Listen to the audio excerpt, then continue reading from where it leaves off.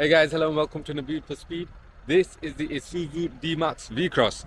And what I want to do is I want to talk a little bit about this car, a little bit about what it's like to live with this car. I've had the car for about a week now, and in my previous video I took the car green laning, but of course I've been driving this car around the city as well. I've been having to park it, I've been having to live with it basically, and I just wanted to talk about a few features or a few parts of the car which make this quite interesting. The first one I want to talk about actually is this side step.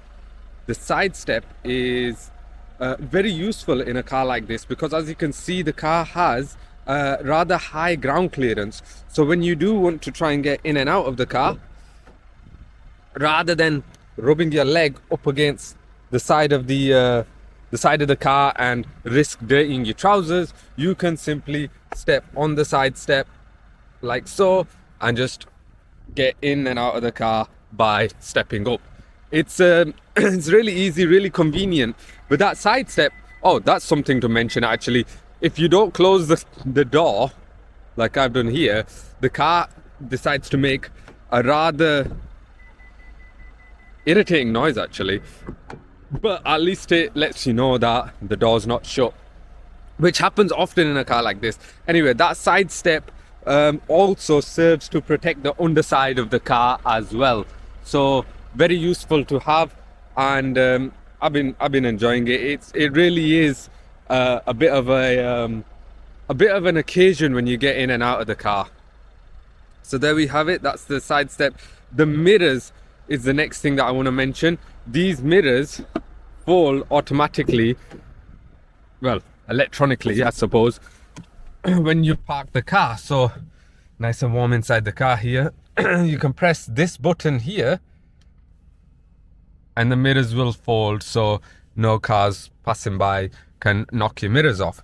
The only problem with that, however, is once I turn the car off and then I try to do it, it doesn't do.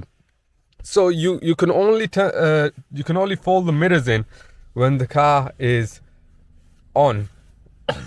Now that's all well and good, but what it means is I then have to fold the mirrors in, and then I have to get out, turn the car off and get out of the car, which means that I can no longer see what's behind me, and I can no longer see the traffic coming, and therefore that might be a problem as I might just swing my door open into traffic. So the mirrors can be a little bit quite fidgety, I suppose. The windscreen camera, now that's the next thing. The windscreen camera, which sits just up here, that is what's reading the road ahead. It's used for some of the lane keep assist, the front collision warning systems, a load of safety features. Now that can get quite dirty quite quickly, or quite easily even. And I'm not just talking like when you're going off-roading, I'm talking about just even on the road. It can get quite dirty, and then you get a prompt come up just on your instrument cluster which tells you that those systems are turned off. So whilst those safety systems are quite convenient to have, they sometimes turn themselves off quite easily. And then you have to clean your windscreen. Now the windscreen cleaning is rather good because if I just show you here, you can see the water comes out of the windscreen wiper, which means that you don't get this sudden spray of water over the windscreen and a second or two of blindness essentially. Your visibility remains good and your windscreen gets cleared up really well. So I really like the windscreen wipers. Top marks for those windscreen wipers. Whilst you're driving this car, I will mention the turning circle of this car. This car has a 12.5 meter turning circle. The car's not big, or it doesn't feel big when you're driving it. It's not that wide really. It's about 1800 millimeters, which is probably around the same as a BMW 3 Series saloon car. It's not that wide, but it is obviously quite a long car. So a 12.5 meter turning circle is quite long. If you do want to make a turn in the road, you have to do 3-5 point turn. You just have to be aware of that, and of course when you're parking as well. I know when you get into a truck and it feels like you're driving a truck, so you want to do a big long turn. That's not the case with this car. It's nice and easy to turn, but you do have to be wary of the fact that it has a 12.5 meter turning circle. I do also want to mention fuel economy of this car. As you can see right now from the instrument cluster, I have been averaging 26.6 miles per gallon. That's a mixture of motorway driving and city driving.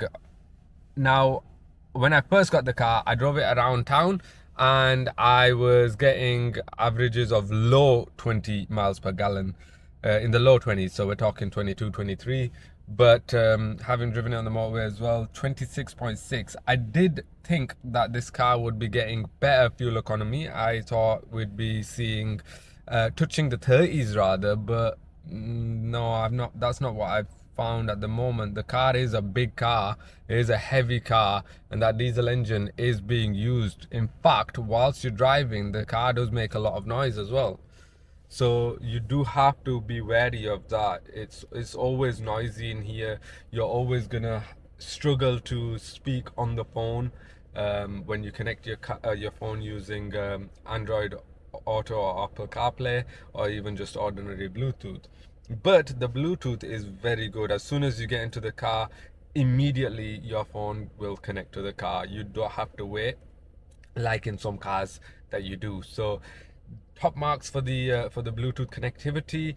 I think that's really cool. And the multicolor display, this 9-inch display that you get here as well, that's quite, oh, if I could turn my screen, there we go, that's quite good as well, very responsive. But there's not a lot that you can do on here. It doesn't have sat nav as far as I'm aware, does it? No, it doesn't. I've not been using sat nav, although it does have a camera, however.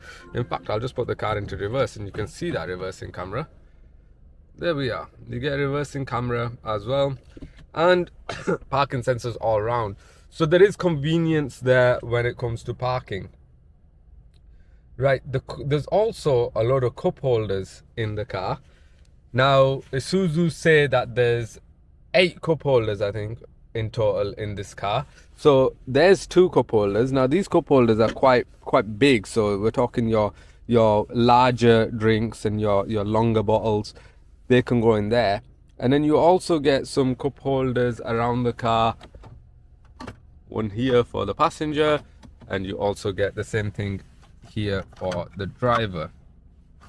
Now Isuzu also say that there's 2 cup holders somewhere in the back, which I shall go have a look at shortly, but that still only leaves 6. So I suspect that this door bin right here, that's what Isuzu is suggesting is a cup holder, which I suppose in a way it is. You can store bottles there, and the cup holders, I mean, you don't want to be storing anything open. So if that's the cup holder, then fair enough. Let me get out of the car using the side step, and let me get into the, oh, there's that sound again. Let me get into the back of the car to see if I can find, that's probably what Isuzu's looking at, being the cup holder in the rear. I was also under the impression that these seats fall down, but I don't think they can, or at least I can't find the way that they can. But that's fair enough. I mean, why would you want to fold these seats down? Anyway, oh wait, maybe the cup holders are in here. Okay, so there's some cup holders. So would that make 10 cup holders? I'm not sure.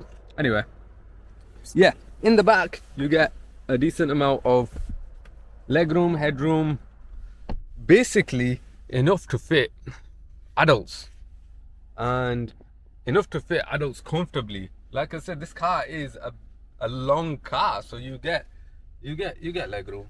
It's actually a pretty cool place to be. You're nice and high up, especially when you're driving the car. When you're driving, you get a nice high up view. You can see over the traffic ahead. In the rear view mirror, you can see over the traffic behind. That rear view mirror is auto dimming as well, so you're not going to get dazzled by cars whilst you're driving at night. the last thing that I want to show, and possibly one of the, there's that door again.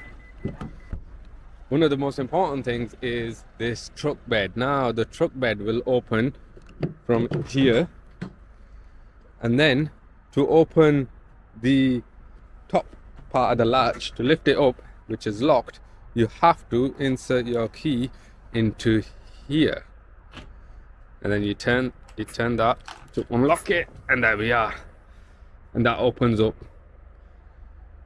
to about there. So that's it, really. That's it. It's a really good arrangement, to be honest, because what it means is that you still have a secure oh, let me take these keys out. You still have a secure boot, but also whilst you're driving, you have visibility through that rear mirror. And if you just had a normal canopy over the top, you wouldn't get that visibility. Now there is a step on the back of the car. All new look Isuzu D-Maxes have this step, but I don't see the point in this particular arrangement, because what you're going to step over into, essentially, what you're going to step over to see, because this cover on the top covers your truck bed, and it also means that you are it means that you're not going to be able to get in from the top. So yeah, that's a bit of an interesting one. But anyway, that's everything when it comes to the Isuzu D-Max. I hope that you enjoyed this video. I hope that it gave you a little bit more insight into what it's like to live with the Isuzu D-Max V-Cross, and I hope that you enjoy my videos. I hope that you enjoy my videos, particularly with the Isuzu D-Max. I hope that you enjoy me taking them out to green laning. The plan initially was to take this car to Wales, but because I wasn't feeling too well, I wasn't able to do that. But stay tuned. Make sure that if you haven't subscribed, make sure you subscribe to my channel, because later in the year I'm going to be taking an Isuzu D-Max on a European road trip. So stay tuned for that one. There's going to be camping involved as well. So that'll be a very interesting test for the car, and I'm excited. I'm looking forward to it. So I hope to see you then, but hopefully I can see you for loads of other videos before then. But anyway, thanks for watching, and take care.